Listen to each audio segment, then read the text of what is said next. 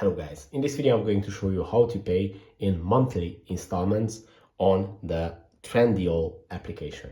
So it's pretty easy. You just have to open up the app, then go to your cart, which is on the bottom right corner of the screen. Here you just have to tap on it, and in this menu you can check out the cart with all the products that you have selected. Just tap on checkout, and here you can select between all the payment methods, which are credit or debit card, Apple Pay, PayPal, or Klarna, which is the monthly installments option. And with this, you can place your order and you can pay in 3 equal parts monthly.